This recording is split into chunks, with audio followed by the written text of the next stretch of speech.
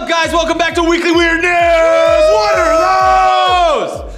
So if you somehow still need proof that the Star Wars prequels totally suck ass and that George Lucas's decision-making about the whole damn thing was creatively bankrupt at best and mentally deranged at worst, hold on to your shit, because it turns out Jar Jar Binks, the largest blemish on Episode 1's leprosy-infected asshole, could have been a whole lot worse. Yeah, in a recent interview with Vice, actor Ahmed Best, who famously burst into Hollywood as the voice and mocap body of Jar Jar Binks and later went on to, well, not a whole lot else, he dropped the bombshell that the actor originally considered for the role was none other than the king of pop himself, Michael fucking Jackson.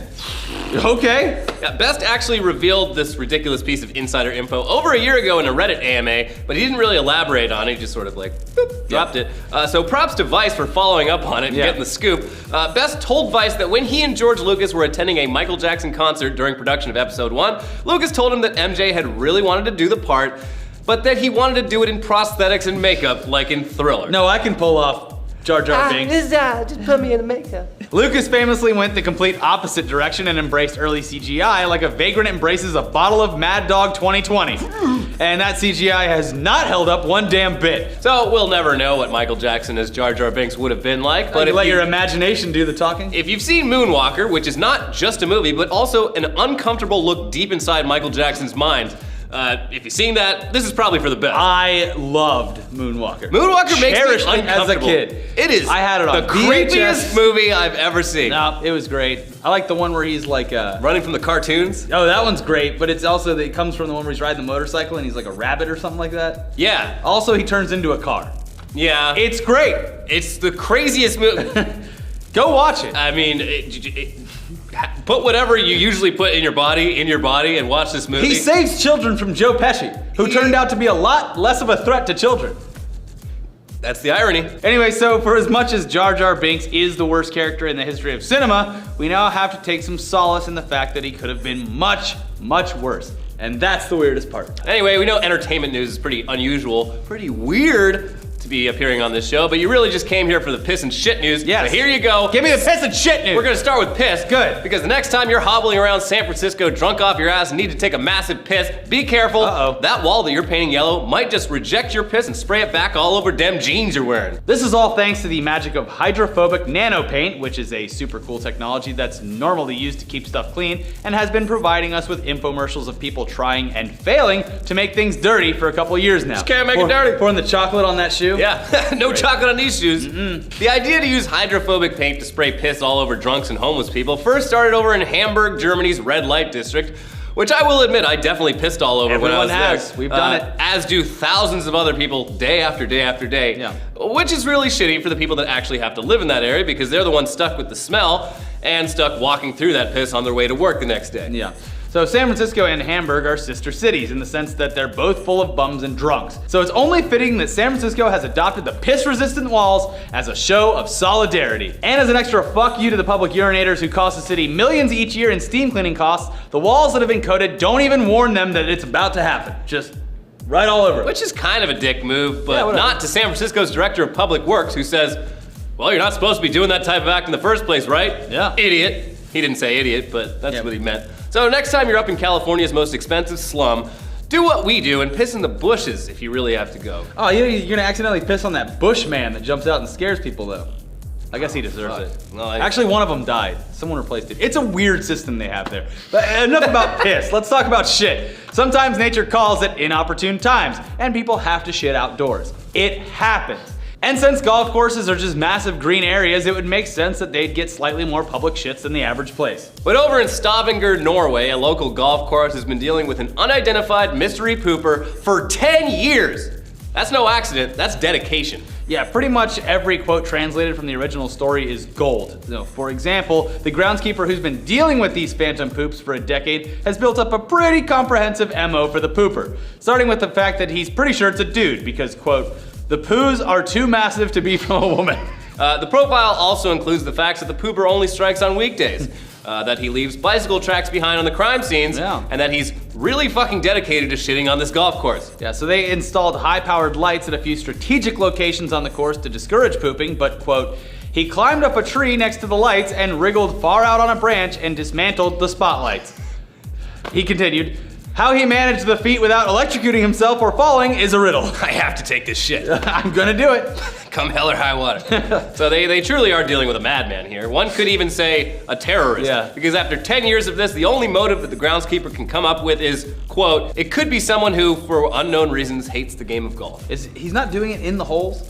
It was unclear. It sounds like he might be. Maybe it's the groundskeeper, and he's only like investigating this to hide his own That's a fucking literal ass. M. Night Shyamalan? Yeah, here's the twist, baby.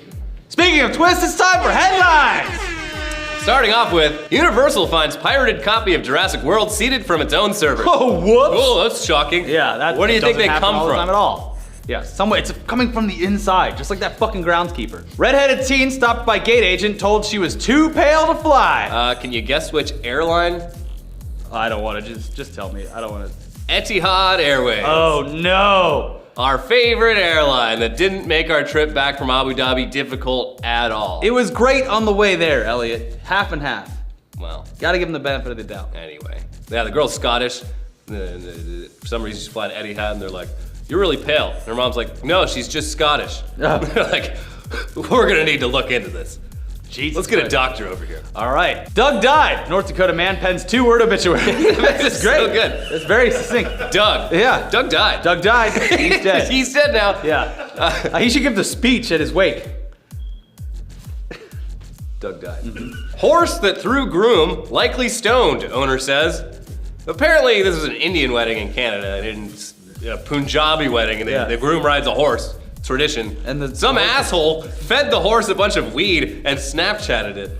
He Snapchatted it? Yeah, and then the groom's on video getting like just tossed. Wow. Stay off horses on your wedding day. It's too Or dangerous. don't get them high. I mean, that would be the best lesson to be learned. Don't bring horses to your wedding day.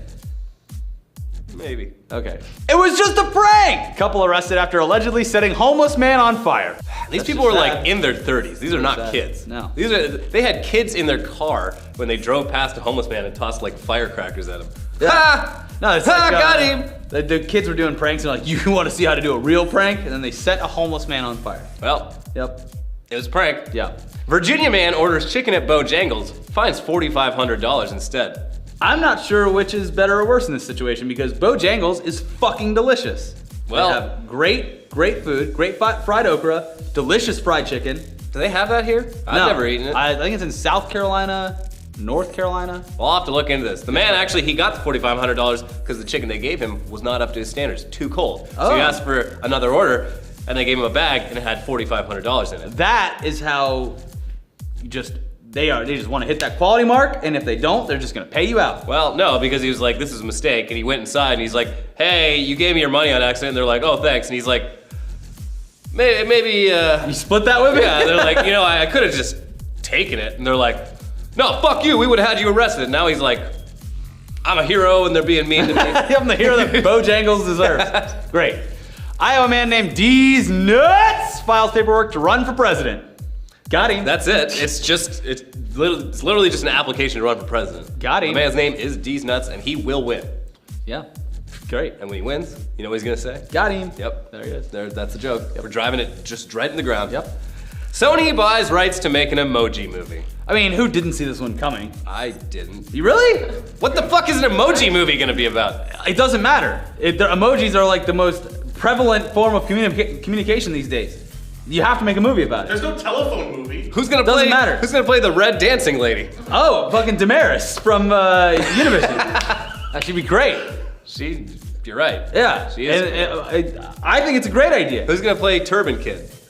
The kid from the movie with the tiger on the boat. There you go. What's that movie called? Only Life of Pi, yeah. Who's gonna play Cry Laughing? Cry Laughing? Yeah, Cry Laugher. Fucking what's his name? Shia LaBeouf. All right. Well, okay. I'm casting this movie live. All right, I'm sold. You have any more brain busters? No.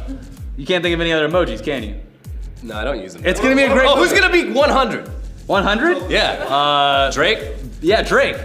Okay. Yeah, there you go. Boom. Solved. There we go. That was easy. And- It's gonna be an animated movie, and it's gonna be for kids, and it doesn't matter what the story is. Probably them trying to like communicate something. For kids, you say for kids, is eggplant gonna be in it? Because we all know they ain't talking about eggplant. That joke will be there be in the movie for the parents. That'll be a subtle nod to the parents.